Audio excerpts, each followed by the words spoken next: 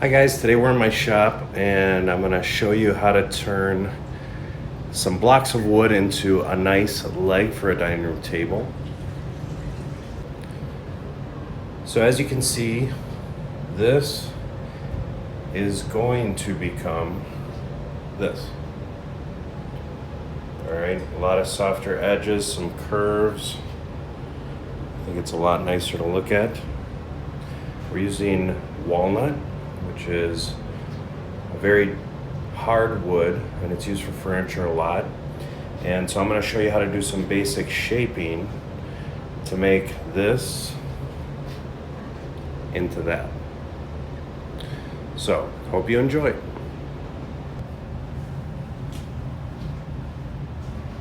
As you can see, I've taken the liberty of making some lines on here.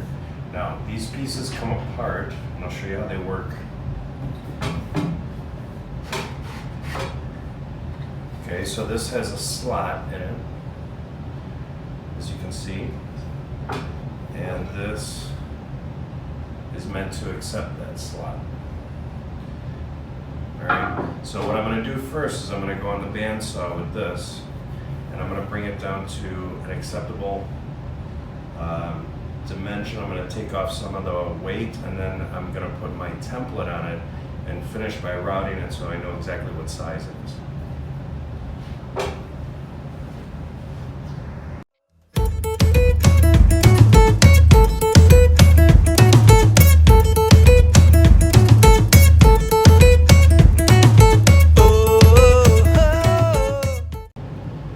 So as you can see now, I've got this rough cut, and I'm going to put it on. I'm going to put a template on. I'm going to tape it on with double-sided tape, and I'm going to route out the rest with my router so I can get it to the exact size that I need before I start shaping it.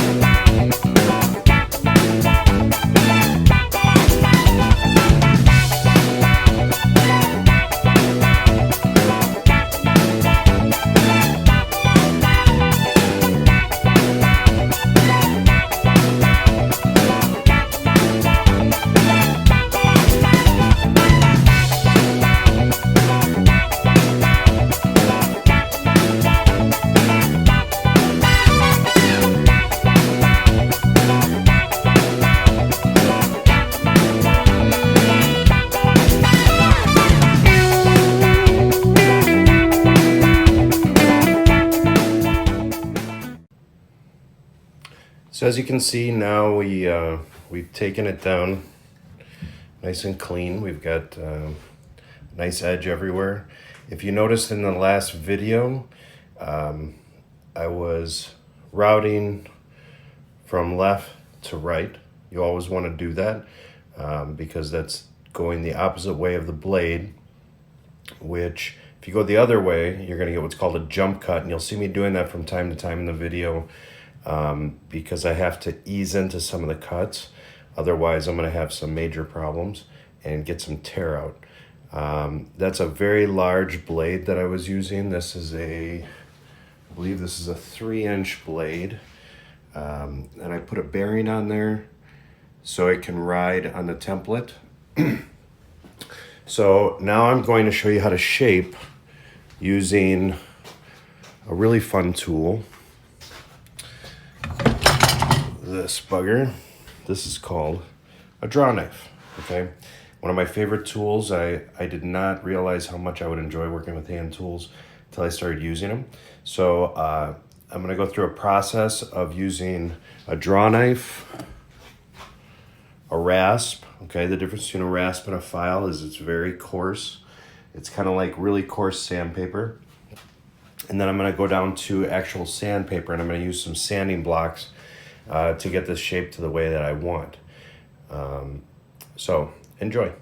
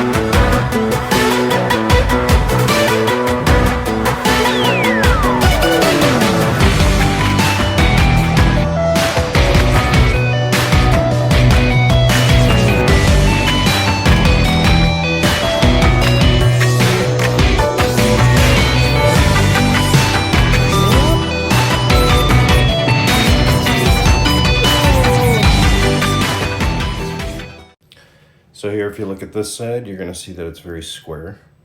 All right, if you look at this side, it's got a nice soft shape to it. All right, this is a very important place right here.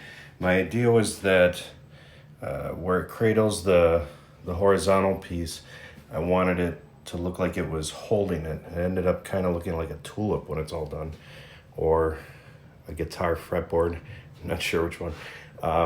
But these are some of the shaping tricks that I learned making guitars, is just how to use different hand tools to get very exact, which is really nice.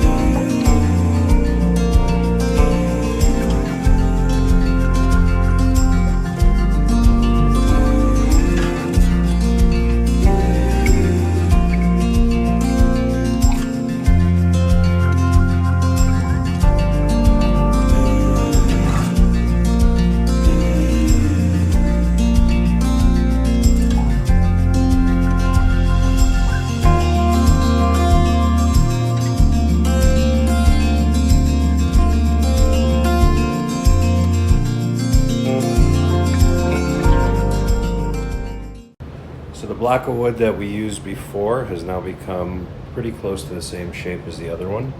All that stuff is done by eye. The only thing I have left to do is cut that part out that you see highlighted there. I'm going to do that on the bandsaw, and then I'm going to take it on the spindle sander, and I'm going to make it nice and flat. And then lastly, I'm going to route the edge to soften up. As you can see here, there's a little bit of a circular edge on it. So I'm going to do that, and wish me luck.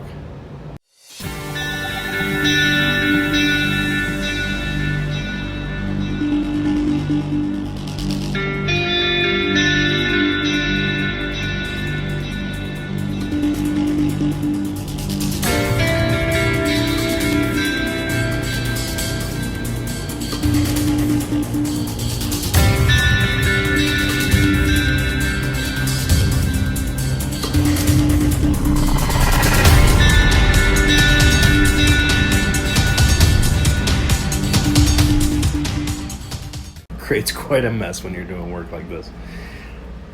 So I just made this edge nice and flat here. You can see that. Let me zoom out here. There we go. So you can see that the edge is nice and flat. And it's important that this is flat because I'm going to take the bearing of the router across that edge. And that's what's going to make the corner routed out. I'm going to use an 1/8 inch rounding bit.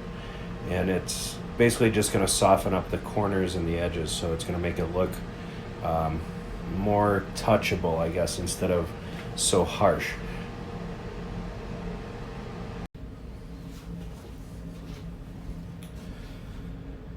All right, so we're going to route this out using a little palm router. It's got an 1/8 inch bit on it for rounding edges, and I have it set on some rubber shelving liner. This stuff, you can get this at any hardware store.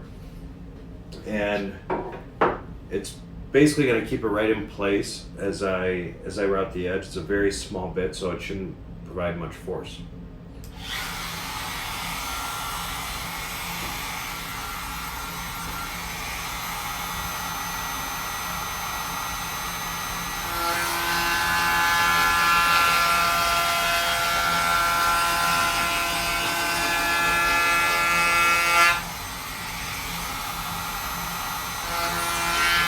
Now here's the jump cut that I was telling you about before. If I go too close to the edge, I might cut the wrong spot.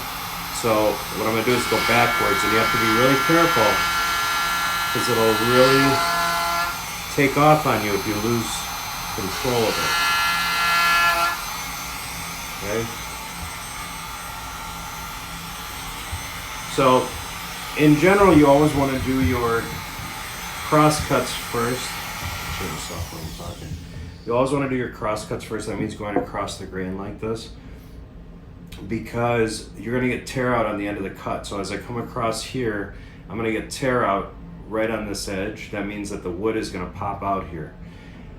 That's okay as long as I do this edge afterwards. Okay, if I start with this edge, when I come and do that, I'm going to get tear out, and there's really nothing I can do except some creative sanding. So I'm going to do both of these edges and these, and then I'll come back and do these.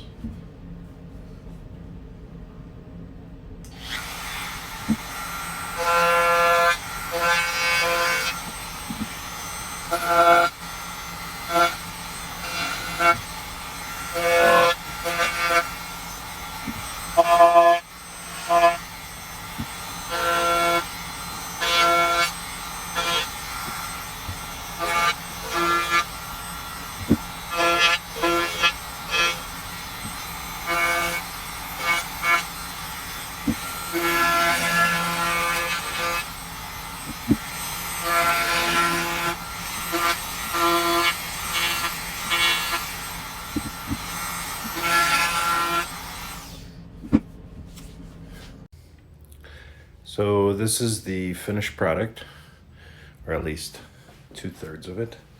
I still need to do the middle column. The way the table is going to be constructed is there's going to be these two sections, one on each side of supporting the slab.